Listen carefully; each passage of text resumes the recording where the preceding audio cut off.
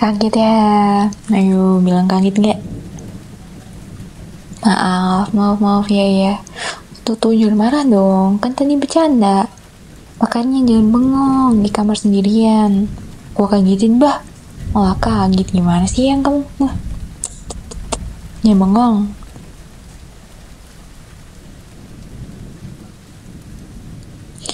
Ntar kerasukan baru tau rasa.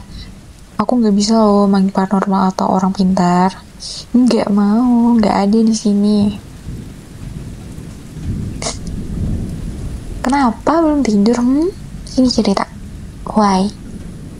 Kenapa sayangnya aku ini sampai sebelum kerja udah capek gitu kan, tapi nggak tidur. Kenapa? Totet, hidungnya aku pencet loh. Gak cerita. Mancungnya aku. Ayo kenapa? Kenapa sayang?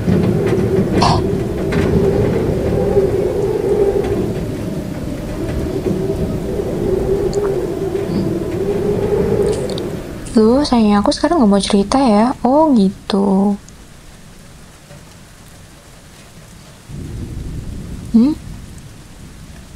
Gak bisa tidur.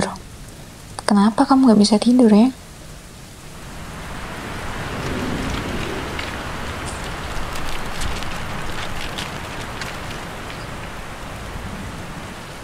Tuh. Mau cerita horor beneran? Boleh? Aku dongengin nih ya ceritanya. Oh, tapi horor loh. Nanti gak bisa tidur. Yakin bisa tidur? Yaudah, jangan salahin aku ya kalau gak bisa tidur, oke? Oke, tutup matanya. Gak boleh ngintip. Tutup matanya, sayang. Ya udah, ntar aku ceritain. Cerita apa ya?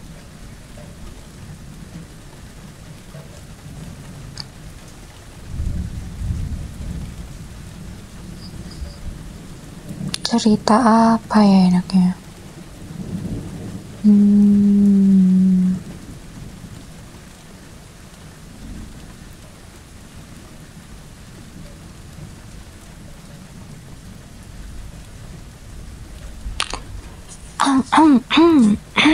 Bentar, tes suara dulu dong.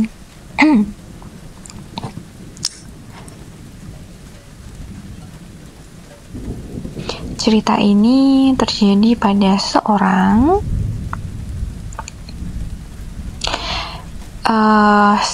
ini masih kuliah di salah satu politeknik di daerah Bogor, Jawa Barat. Sekitar bulan Oktober tahun 2017 lalu. Saat itu, sebut saja mistik. Selama 2 hari, ikut sebuah acara malam keakraban, biasa disingkat makrab, di salah satu villa di daerah Puncak Bogor. Sebuah villa yang tidak terlalu besar secara bangunan villanya, namun memiliki halaman yang bisa dibilang luas dengan taman yang mengelilingi bangunan utamanya. Struktur tanah di villa ini agak naik turun. Untuk posisi villa ini sendiri berada di agak tinggi dari tanah landai. Ada tangga sampai ke bangunan villa. Lapangan ini ditumbuhi rumput-rumput hijau yang sudah rapih. Dari bagian depan pintu menyambung ke belakang. Di bagian belakang terdapat 4 macam wisma. Bukan 4 macam ya, 4 wisma atau villa kecil gitu, tapi kosong. Mungkin villa ini tuh sebenarnya digunain buat acara besar, which is dimana villa tengah yang ditempati oleh mistik sebagai tempat panitia, kemudian 4 wisma di belakang itu sebagai tempat anggota acara makrab. Karena jumlah anggotanya itu berjumlah berapa ya? 57 orang. Mereka akhirnya ditetapkan di satu villa aja, yaitu villa utama di tengah. Bangunan villa ini tuh ya, kalau diibaratin ya, digambarin, terbagi jadi dua bagian. Bagian bawah, terus bagian atas. Ya sebenarnya nyambung, tapi cuman ada satu akses jalan, yaitu jalannya itu harus ditempuh melalui tangga di luar. Gak ada tangga penghubung yang ada di dalam bangunan tersebut.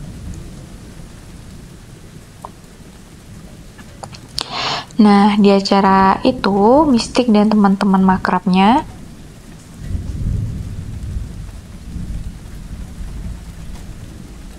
oh ya, makrab tuh malam keakraban, mungkin menyambut anggota baru kalau organisasi ya. Atau enggak nyambut mahasiswa baru maybe, kalau misalnya berada di perguruan. Nah, di acara makrab itu, si Mistik tuh bertindak sebagai ketupak alias ketua pelaksana. Saat survei tempat, kebetulan si Mistik tuh nggak ikut dan cuma nyerahin koordinir acara dan transport ataupun logistik. Jadi saat mereka pertama kali ke villa tersebut, itu juga pertama kali bagi si Mistik sebagai ketua pelaksana ngelihat villa yang ada. Biasanya cuma dari foto atau mungkin Google Maps. Kesan pertama saat sampai di lokasi villa tersebut itu suram. Yaps, suram. Entah kenapa, Mistik itu nggak nemuin kenyamanan bahkan di dalam area tersebut dengan pemandangan yang bisa dibilang bagus ala villa, taman yang luas gitu kan.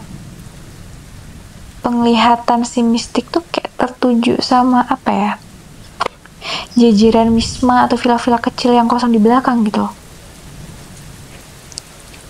Si Mistik ini ya sama teman-teman yang lain tuh masuk ke dalam villa. Panitia itu ya dapat bagian kamar tidur di kamar yang tengah, kehubung sama dapur. Terus ada 2 kamar di sisi untuk panitia, cowok sama cewek. Sedangkan peserta cowok itu di kamar depan dan peserta cewek itu di kamar atas. Bangunan yang tadi harus disambung atau mau akses ke bangunan atas itu harus lewat tangga luar. Jadi kayak kepisah gitu sih.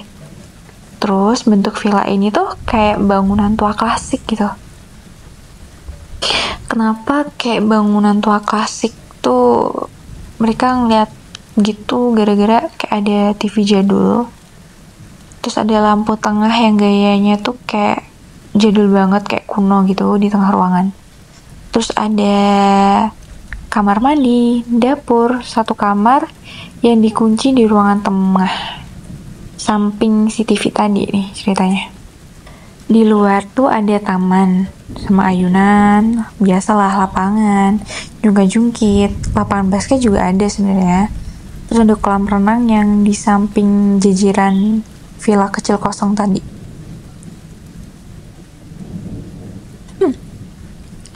Aduh, bentar mau ambil minum dulu sayang, bentar ya.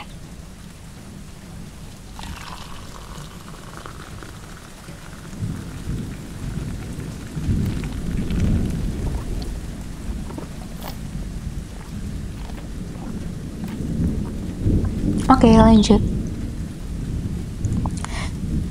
Dari mana tadi? Oh, lupa. Oh iya, bener. Dari teras villa, mereka tuh kayak bisa lihat lapangan luas gitu yang ngelilingin villa. Terus misalnya kalau dari dalam ruang tengah tuh, mereka bisa ngeliat kolam renang, ada lapangan juga di belakangnya, deket villa-villa yang kecil. Bisa kebayang gak sih? Kayak sebenarnya bagus gak sih ya villanya tuh kayaknya di cerita si Mistik nih. Terus si Mistik ini dapat deal harga yang gak terlalu mahal seukuran villa yang bisa dibilang mewah.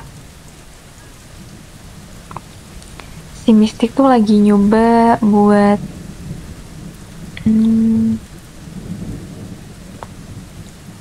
si Mistik lagi nyoba buat nikmatin suasana di villa, tapi kayaknya gagal.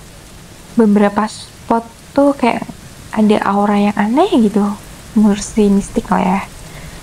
Spot yang membuat si mistik ini gak nyaman buat ada di villa itu tuh cuman ya lokasi itu, taman, kolam renang, lantai 2, meja makan ruang tengah, dan semua kosong di belakang. Sebenarnya kalau mereka tuh keluar dari gerbang villa yang ada di sudut lapangan, waktu mereka keluar tuh mereka langsung ketemu kayak pemukiman penduduk gitu sih. Tapi suasana villanya itu sih yang terasa kayak cenderung, apa ya, bisa bilang villa introvert kali ya, kayak misah gitu loh. Terus emang karena dipisahin sama lapangan, sehingga kayak pemukimannya agak kayak nggak terjangkau gitu walaupun dekat. Jadi kayak hiruk pikuk orang-orang di sekitar tuh kayak nggak sampai ke dalam villa gitu. Mungkin bisa dipikir-pikir suasana rapuh tuh mungkin muncul karena bangunan yang mungkin udah tua kali ya. Tapi kayaknya enggak sih. Di sini ceritanya bangunannya tuh cukup terawat terus bersih. Rumputnya tuh dipotong, kolam renangnya bersih. That's good. Namun entah dari mana datangnya, kayak gak enak aja perasaan feel di villanya itu. Terus acara makrabnya tuh sebenarnya dimulai dari jam 10 pagi. Biasa makrab, acara makrab gitu, pengenalan panitia, pengenalan apalah itu. Terus ada games, makan-makan, rentetan kegiatan jadwal lainnya. Walaupun masih siang nih ya, perasaan gak enak tuh masih ada gitu di villa itu, gak tahu kenapa. Walaupun yang ada tuh acara makrab tuh sebenarnya kan rame gitu kan, banyak teman-temannya si mistik dan mereka semua tuh kayak rame gitu, heboh gitu. Jadi makrabnya itu memiliki jumlah peserta terbanyak di kelas. Sampai akhirnya waktu terus berjalan, si mistik nih makan-makan, berenang, main basket, foto-foto, terus ngelakuin banyak acara bebas lah di sekitaran villa tersebut gitu sampai malam gitu. Sebelumnya panitia makrab tuh kayak pengen ngemanfaatin lokasi taman depan villa kayak jadi lokasi acara jurit malam gitu. Namun acara yang sudah dijadwalin keberangkatannya alias si mistik nih setuju. Kayak acara tuh akhirnya dimulai dari pemutaran video dokumenter aib-aib di kampus para anggota makrab. Terus lampunya juga dimatiin, terus proyektornya biar lebih terang gitu kan. Di tengah-tengah tawa-tawa, gelak tawa si teman-teman si mistik ini, kayak si mistik tuh kayak ngerasain gak enak gitu hawanya. Kenapa gitu? Why? Kayak pernah ngerasa gak sih? Kayak ada seorang yang terus merhatiin kamu, walaupun dari belakang tuh kayak ada yang ngerasain gitu, ada someone gitu. Emang villanya tua kali ya. Terus karena penasaran, si mistik ini kayak iseng, apa ya, si mistik ini kayak iseng gitu kan, ambil foto pakai HP-nya randomly. Tujuannya sih iseng ya, sekedar kayak tanya ke member grup, siapa tahu ada yang respon gitu kan. Kenapa si mistik nih iseng moto-moto? Dia tuh punya grup gitu, grup WhatsApp atau apa di messenger dia tuh yang isinya tuh kayak hal-hal horor gitu, dan sebagian anggota grup di situ tuh bisa ngeliat begituan gitu. Jadi tujuan si mistik ini kayak ngefoto random tuh biar bisa dikirim di grup, terus ntar dilihat ada apa gitu kan, randomly gitu. Nah, setelah foto-foto selesai random, terus si mistik tuh lanjutin acara kan ke halaman belakang, tepat di hadapan villa kosong tadi, dan auranya tuh lebih kayak ngeri, merinding gitu. acaranya tuh dibuka dengan pembukaan api unggun. Ya, pembakaran api unggun. Terus lampu-lampu taman di sekitar lapangan juga dimatiin. So, biar kayak hikmat gitu ke api unggunnya aja gitu cahayanya. Selama proses menghidupin api ini, dari arah belakang si mistik tuh kayak kerasa ada yang lihat ke arah si mistik. Waktu mistik lihat tuh kali ini tuh kayak ada sesuatu sosok yang dia tangkap dari panca inderanya itu, matanya gitu. Di jendela villa kecil kedua, di gelap situ kayak ada perempuan. Si mistik ngeliat sosok perempuan di situ. Sosok itu tuh kayak bentuknya cuma bayangan doang gitu, kayak sempat mikir gitu kan si mistik itu. Mungkin tuh kayak efek bayangan kan, terlalu gelap, mungkin dari peserta yang bayangannya sampai ke sana gitu kali ya. Si mistik tuh masih positive thinking gitu. And then setelah beberapa lama si mistik pun mikir, itu kayaknya bukan cuma sekedar bayangan, karena gelap gitu. Soalnya bayangannya itu gerak gitu di dalam, kayak that's suspicious dari jendela gitu, kayak aneh gitu kan.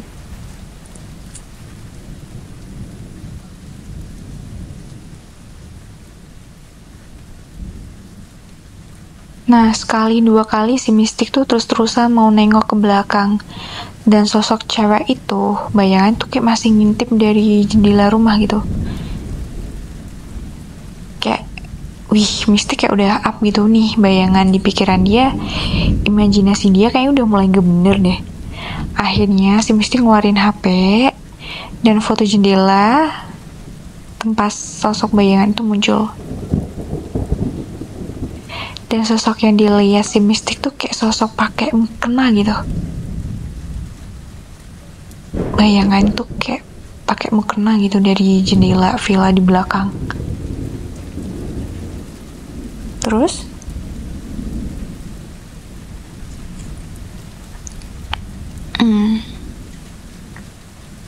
nih mulai serem nih. Aku nggak mau ngelanjutin ceritanya sih sebenarnya, kayak mulai merinding. Ih sayang, aku merinding. Terusin gak ceritanya?